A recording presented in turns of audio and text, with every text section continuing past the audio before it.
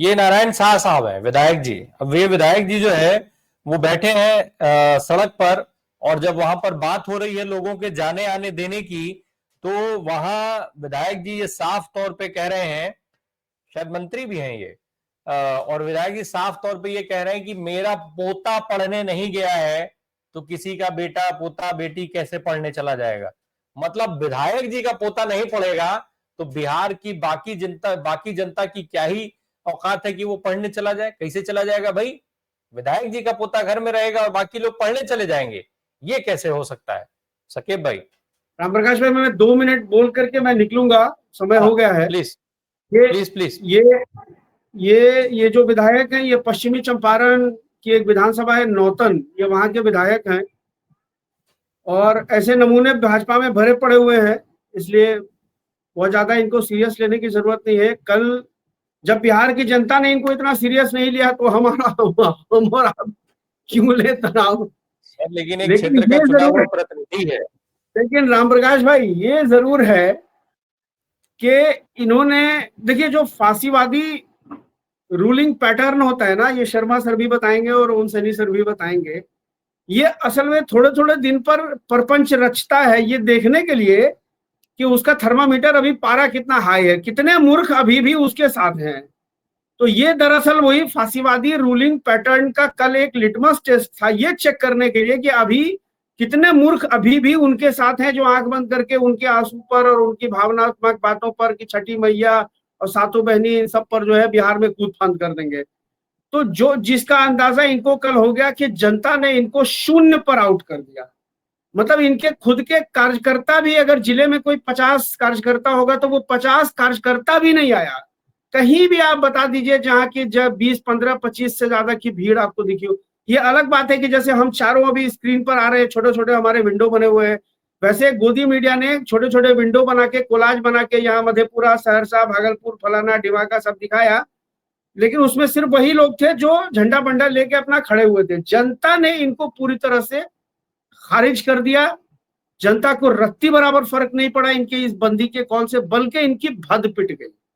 देखिए जो एक जंगल राज का मेटाफॉर इन्होंने तैयार किया था ना, लालू यादव को जंगल राज का मेटाफॉर इन्होंने बना दिया था।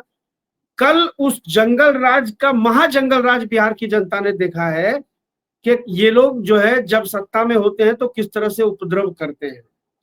आप एक दर्जनों वीडियो है ऐसी, दर्जनों वीडियो ऐसी हैं, हम लोग कल भी उस पर बात कर चुके हैं, किस तरह उस महिला शिक्षिका के साथ बदतमीजी की, किस तरह उस बच्ची को जो एनटीपीसी का एग्जाम देने जा रही थी उसको नहीं जाने दिया, उस गर्भवती महिला की बात की। बेगूसराय के बखरी में एक पेशेंट जो है, गरीब पेशेंट बेचारा रिक्शा पे, बैटरी रिक्शा पे बैठा हुआ है, उसके गार्जियन रो बिलख रहे हैं कि भैया हमको जाने दें, और ये भाजपाई जो है, निकृष्ट भाजपाई जो है, ये अड़े हुए हैं कि हम नहीं जाने देंगे। तो ये तमाम चीजें जनता पब्लिक डोमेन में आ चुकी हैं, और इसमें इसमें मैं उन तमाम लोगों का शुक्रिया अदा करता हूं, उन तमाम लोगों को मैं हैट्स ऑफ करता हूं। ये जो छोटे छोटे यूट्यूबर्स हैं जिनके पास बहुत सीमित संसाधन है, उन्होंने ये इनका जंगल जंगल राज और इनका इनका तांडव जो है जनता के सामने लाया। अगर आप गोदी मीडिया के भरोसे होते तो गोदी मीडिया आपको कभी ये दृश्य नहीं दिखाता, कभी भी गोदी मीडिया के सामने ये चीजें नहीं आती। आप बताइए गोदी मीडिया में ये लूटकांड चला क्या? साड़ी की लूटाई हो गई मुजफ्फरपुर में, किसी भी गोदी मीडिया ने आपको दिखाई ये चीजें? किसी भी गोदी मीडिया की इतनी मजाल नहीं थी वो ये चीजें दिखा देता आपको कि किस तरह से भाजपाइयों ने सड़कों पर उपद्रव काटा है। लेकिन जो छोटे छोटे यूट्यूबर्स थे, जिला स्तरीय विधानसभा स्तरीय यूट्यूबर्स थे, उन्होंने जो वीडियो बना के सोशल मीडिया पर डाली, उसके बाद इनकी पोल पट्टी खुलनी शुरू हुई, ये लाख अब चिल्लाने। लेकिन और दूसरी बात ये देखिए कि अब इसके साथ एक और चीज हुआ, एक बड़ी मनोवैज्ञानिक चीज मैं आपको बता रहा हूँ राम प्रकाश भाई। ये जो आपने सुना होगा कि ये अभी सीटों को लेकर के खींचमतानी मची हुई है एनडीए के अंदर में। जीतन राम मांझी कह रहे हैं कि हम 20 सीट लेंगे, चिराग पासवान कह रहे हैं कि हम 47 सीट से 135 सीट के बीच में लेंगे, जदयू कह रही है कि हम बड़े भाई की भूमिका में रहेंगे, 115 से हम कम पे कोई समझौता नहीं करेंगे। दरअसल इनको ये लगा होगा कि हम अपना शक्ति प्रदर्शन करके, क्योंकि बाकी पार्टियों का तो अलग अलग प्लान चॉकआउट था पहले से। देखिए चिराग पासवान की पहले से रैली अनाउंस थी मुजफ्फरपुर में, जीतन राम मांझी जी का दिल्ली में अधिवेशन पहले से अनाउंस था, और उपेंद्र कुशवाहा जी की रैली आज पहले से प्रस्तावित थी पटना में। उसके बाद इन्होंने 4 तारीख की बंदी रख ली, ये दिखाने के लिए कि भाजपाई अगर सिर्फ अकेले बंदी को सफल कर देंगे तो हमारे जो अलाई पार्टनर्स हैं जिनको हम अपना धौंस दिखा सकेंगे कि देखो अभी भी हम तुम जो है मेरे ऊपर डिपेंडेंट हो और मोदी जी के चेहरे पर तुम डिपेंडेंट हो, इसलिए जो है तुमको जितना हम दे रहे हैं उतने में तुम संतोष करो। अब तो कल से आप देख लीजिए मांझी जी के सुर बदल गए हैं। मांझी जी दिल्ली के कॉन्स्टिट्यूशन क्लब में कह रहे हैं कि सम्मानजनक सीट नहीं मिलेगी तो हम 243 सीट पे अकेले चुनाव लड़ जाएंगे। और आज उसका एक साइड इफेक्ट देखिए कि उपेंद्र कुशवाहा ने राहुल गांधी की बहुत तारीफ की है, अपने मंच से राहुल गांधी की तारीफ की है उन्होंने, उपेंद्र कुशवाहा ने आज अपनी रैली में। ओम तो ये प्रकाश साइड राजभर ने इफेक्ट दिख बयान रहा जो है। दिया है सकीब भाई, ओम प्रकाश राजभर कह रहा है कि हम जाकर के वहां एनडीए का हिस्सा बन करके चुनाव लड़ेंगे, 29 सीटों पर हमने जमीन पे तैयारी कर रखी है। 29 सीटों का जिक्र ओम प्रकाश राजभर जो यूपी में पार्टी के इसमें सरकार के साथ हिस्सा है सरकार का, वो कह रहे हैं कि हम बिहार में चुनाव लड़ेंगे और एनडीए का हिस्सा बन के चुनाव लड़ेंगे, 29 सीटों पर तैयारी।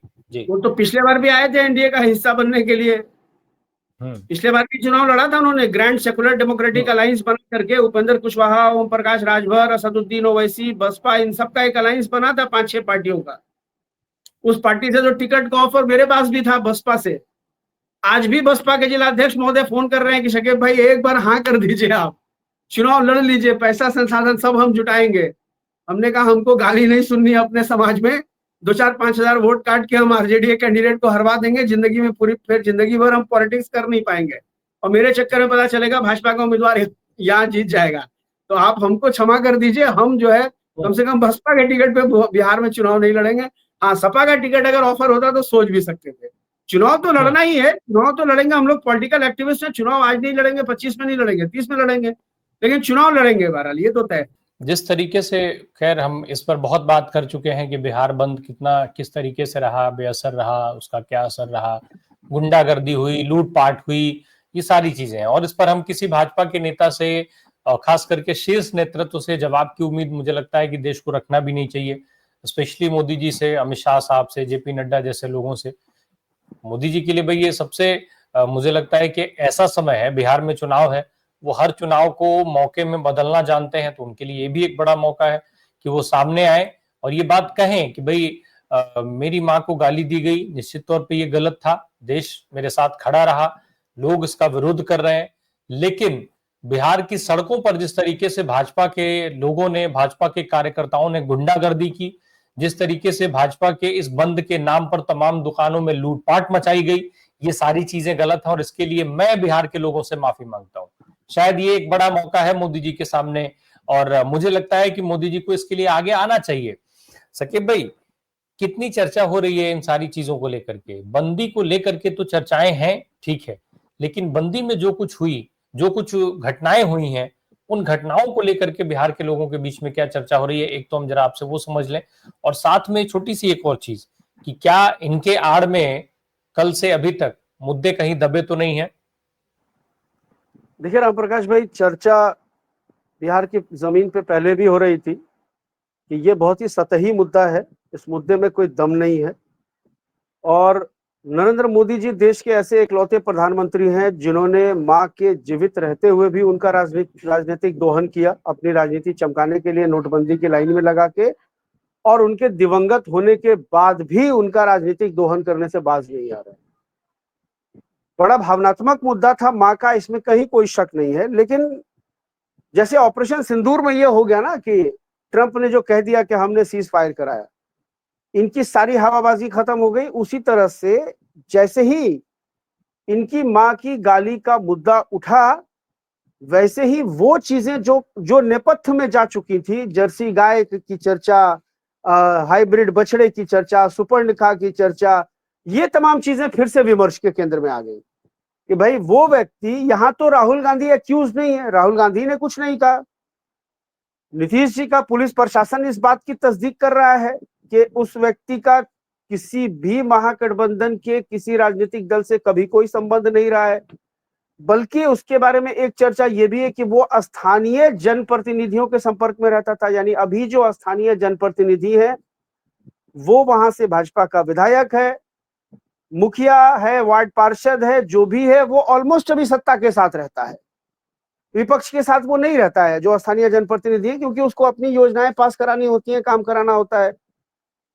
तो ये चर्चा जरूर है, लेकिन ये बंदी जो है इनको बैकफायर कर गई।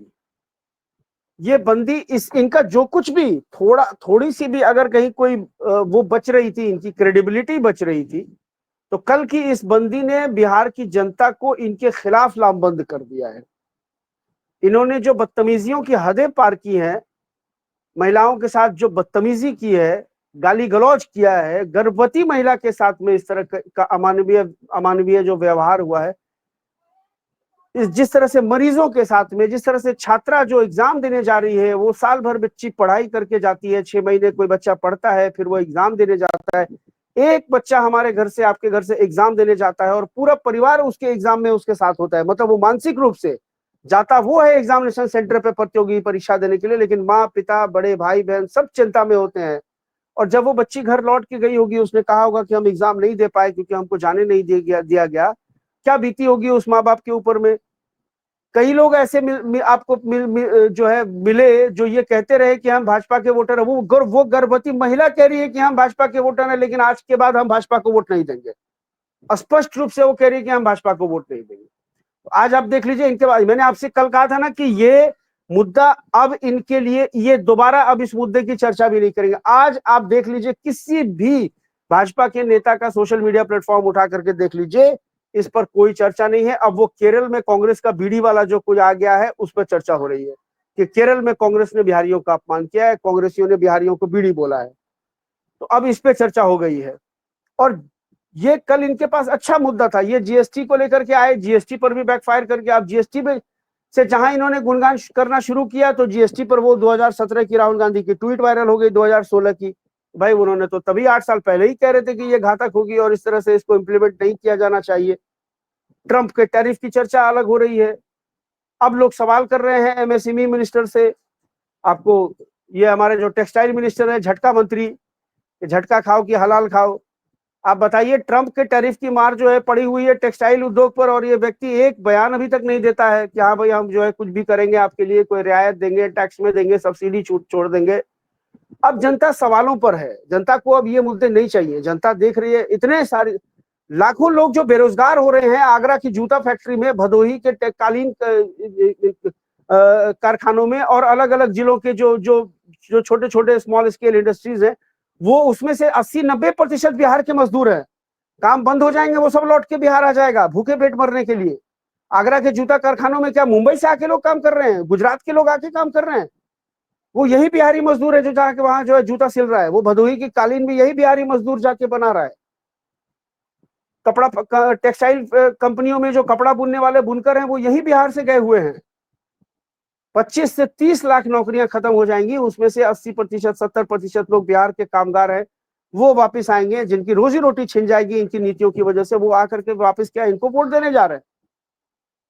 अब इनके पास, राजीव भाई, मैं आपको पब्लिक इंडिया की प्लेटफॉर्म पर पूरी जिम्मेदारी से कह रहा हूं, अगले महीने 2 अक्टूबर से 28 अक्टूबर तक पर्व त्योहार का समय है। मेरे ख्याल से विजयदशमी शायद 2 अक्टूबर को है इस बार। इसी महीने से नवरात्रे शुरू हो जाएंगे 22 सितंबर से। उसके बाद दीपावली, उसके बाद छठ पूजा, नवंबर के लास्ट वीक में छठ पूजा, अक्टूबर के लास्ट वीक में छठ पूजा होगी। अब ये इन त्योहारों का इस्तेमाल करेंगे दंगा फसाद कराने के लिए। विसर्जन में इनके जो प्रतिमाओं का विसर्जन होगा, उसमें ये मस्जिदों पे लाठी डंडे चलाएंगे, बम मारेंगे, गोली चलाएंगे। ये कल बंदी में डाइगर और छुरे चला रहे थे। दरभंगा की एक वीडियो वायरल हुई है जहां बाप बेटों को इन्होंने छुरा मारा है बाकायदा। सिर्फ उसका ये कसूर था कि उसने ये मना किया कि देखो मेरे घर में मेरी माँ जो है अस्थमा हार्ट की पेशेंट है, चाची तुम लोग मेरे घर के सामने टायर नहीं जलाओ, डॉक्टर ने उनको धुएं से परहेज करने के लिए कहा है, थोड़ा सा आगे जाके टायर जला लो। भाजपा के कार्यकर्ताओं ने डाइगर से हमला कर दिया। डाइगर वो जो छोटा चाकू होता है उससे हमला किया है पीठ पर, और उसके 16 साल के बच्चे के जो है गर्दन पे। वो वीडियो है, वो बाकायदा जख्म दिखाते हुए। और वो कह रहा है कि हम भाजपा के वोटर हैं। अब वो दोबारा हिम्मत करेगा भाजपा को वोट देने की? तो ये अब आज देख लीजिए, अभी आज 12 वफात है, मतलब जिसको हम लोग ईद मिलादुन नबी, अब जो नई टर्मिनोलॉजी आ गई है। अभी जुलूस निकलेंगे हर जगह, हर शहरों में, कानपुर से लेकर यूपी के बड़े शहरों से बिहार के बड़े शहरों में अभी जुलूस निकलेंगे। अभी जुमा की नमाज के बाद बहुत संभव है कि बिहार में यहाँ आपको कोई अप्रिय घटना की सूचना मिल जाए किसी जिले से कि जुलूस पे पथराव हुआ, दंगे फसाद हुआ, क्योंकि अब इनके पास और कुछ नहीं बचा है। इनके पास कुछ भी नहीं बचा है सिवाय कम्युनल पोलराइजेशन के, गाली गलौज के। किसी को पाकिस्तानी बता दो, किसी की लिंचिंग कर दो, दंगा करा दो, दुकानें बंद करा दो, दुकान लूट लो, इनके सिवा अब जो है यही सब ये लोग करेंगे, क्योंकि जनता ने इनको पूरी तरह से खारिज कर दिया, इनके विजन को पूरी तरह से खारिज कर दिया है। और 20 साल बहुत बड़ा टाइम होता है, आपको जनता ने देख लिया 20 साल। अब चूंकि एक बात ये भी है कि अब नीतीश जी एनडीए की बहुमत आने की स्थिति में नीतीश जी मुख्यमंत्री बनने नहीं जा रहे हैं, ये एक बड़ा जो है उनके लिए जो है निगेटिव जो है समझिए कि वो साबित हो रहा है कि अवाम में ये चर्चा है कि अगर अब हम एनडीए को वोट करते भी है तो नीतीश जी मुख्यमंत्री बनेंगे नहीं, और भाजपा के अंदर कोई ऐसा नेता नहीं है जो बिहार को, इतने बड़े स्टेट को चला सके।